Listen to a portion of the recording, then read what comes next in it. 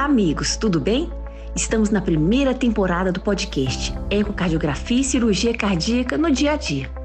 Eu sou Bárbara Linhares Vrandesic, mineira, casada com cirurgião cardíaco, mãe de 3 crianças, Lara, Oliver e Mário. Sou cardiologista, ecocardiografista e ecografista vascular. Atualmente sou coordenadora do Departamento de Imagem Cardiovascular da Sociedade Mineira de Cardiologia, no meu 2º biênio. Trabalho no serviço de ecocardiografia e ecografia vascular do Hospital Biocor Redditor. E com muito prazer, eu trabalho em ecocardiografia voltada para a cirurgia cardíaca há 15 anos, tanto dentro quanto fora do bloco cirúrgico.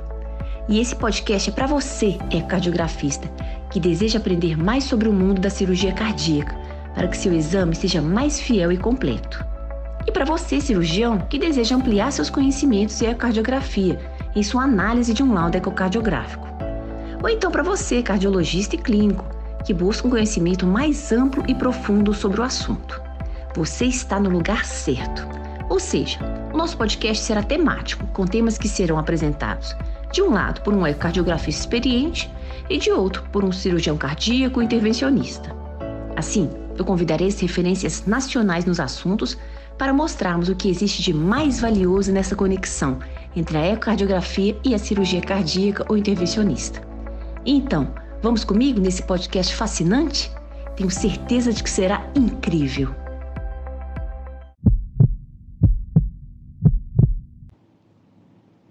Olá, amigos. Sejam muito bem-vindos ao nosso podcast.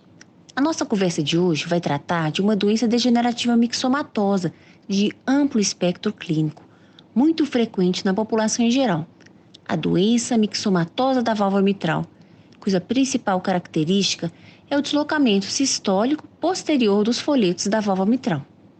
Apesar de ser uma doença muito prevalente no nosso dia a dia, existe ainda muita confusão e inconsistência na literatura quanto aos seus critérios diagnósticos. E o nosso convidado de hoje será o incrível mestre Dr. José Luiz Barros Pena, meu amigo, orientador de mestrado e professor. Que honra recebê-lo aqui, professor, no meu podcast. Dr. José Luiz é professor adjunto da pós-graduação Stricto Sensu da Faculdade de Ciências Médicas de Minas Gerais, membro do Conselho Deliberativo do DIC, diretor administrativo do Grupo de Doenças Raras da SBC, além de ser coordenador do setor e da especialização em ecocardiografia do Hospital Felício Roxo.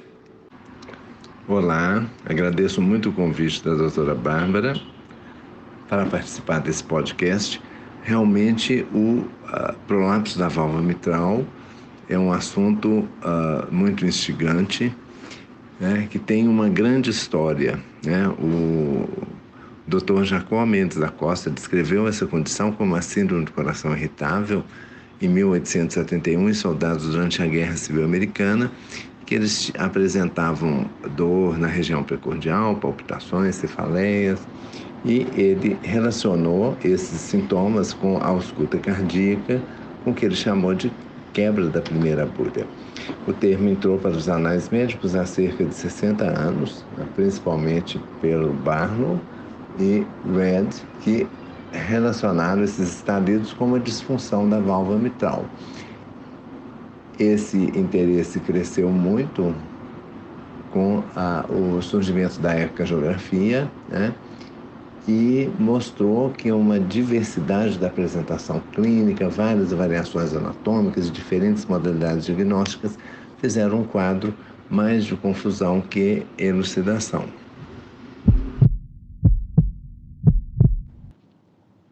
Professor, eu sei que o senhor tem uma longa experiência, desde a época em que o prolapso da válvula mitral não tinha critérios tão bem definidos até agora. Então eu te pergunto, como você descreve em seu laudo ecocardiográfico a válvula mitral mixomatosa clássica, ou seja, quais os detalhes anatômicos que são essenciais para conter na descrição da válvula mitral? Porque a gente tem diversos espectros da doença, podendo ser desde a deficiência fibroelástica até a doença de Barlow clássica. Como que o senhor faz? O prolapso da válvula mitral é uma demonstração da protrusão parcial ou total das cúspides da válvula mitral para o interior do átrio esquerdo, além do anel valvar. Tem que ser pelo menos 2 milímetros acima do plano do anel no corte paraesternal eixo longo do ventrículo esquerdo ao ecocardiograma. Ele foi muito super diagnosticado no corte apical 4 câmaras, porque o anel não tem uma planaridade sistólica coerente. Pode haver um espessamento das cúspides, né, que contribui para o diagnóstico. Então, o que nós precisamos de analisar é realmente, nós temos que verificar se são uma ou ambas as cúspides envolvidas, a espessura dessas cúspides, principalmente da cúspide anterior, se é mais do que 5 milímetros, o tamanho das cúspides, o anel valvar mitral, né, para ver se existe calcificação. De preferência, nós devemos estudar e verificar se esse prolapso acomete quais boceladuras, né? Porque nós sabemos que a válvula mitral é constituída por 6 boceladuras ou scallops, né? 3 anteriores e 3 posteriores. É importante a gente determinar, porque isso nós chegamos a um diagnóstico, né, de doença de Barlow. Se existe insuficiência mitral, quantificar essa insuficiência mitral. Então, nós vamos detectar a presença e a quantificação, medir as dimensões das câmaras cardíacas, né, dos átrios e principalmente do ventrículo esquerdo, analisando a função, e verificar um diagnóstico que vem surgindo, que vem sendo detectado principalmente por métodos de imagem, que é a disjunção do anel mitral. Professor, eu sei que o senhor tem uma longa experiência, desde a época em que o prolapso da válvula mitral não tinha critérios tão bem definidos até agora. Então eu te pergunto, como você descreve em seu laudo ecocardiográfico a válvula mitral mixomatosa clássica, ou seja, quais os detalhes anatômicos que são essenciais para conter na descrição da válvula mitral? Porque a gente tem diversos espectros da doença, podendo ser desde a deficiência fibroelástica até a doença de Barlow clássica. Como que o senhor faz? Hoje, o prolapso da válvula mitral pode ser descrito como a deficiência fibroelástica ou a doença de Barlow.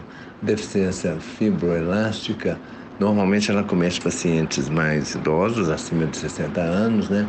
Sintomas relativamente agudos, principalmente relacionados à ruptura de corda tendínea. Esses pacientes podem sofrer de morte súbita cardíaca. A síndrome de Barlow com pacientes mais jovens, frequentemente tem uma longa história de sopro cardíaco com clique sistólico, geralmente são assintomáticos, e a morte súbita cardíaca pode ocorrer devido a arritmias relacionadas à insuficiência mitral grave.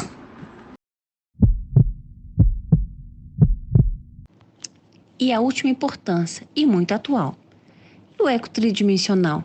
O que ele pode nos ajudar no diagnóstico de prolapso de válvula mitral? O eco tridimensional pode nos dar informações adicionais sobre a anatomia da válvula mitral, o acometimento das boceladuras de uma forma mais detalhada e também sobre a gravidade da insuficiência mitral, né?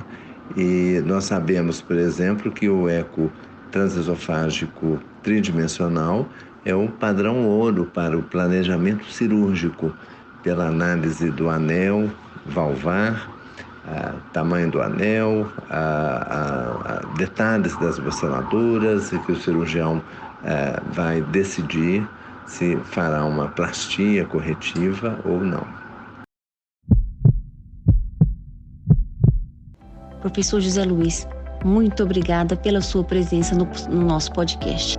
Agradeço a doutora Bárbara Vandresic pelo convite para participar desse podcast e a todos por nos ouvirem. Espero que as informações sejam úteis no manejo dos pacientes portadores de prolapso valvar mitral. Até uma próxima oportunidade.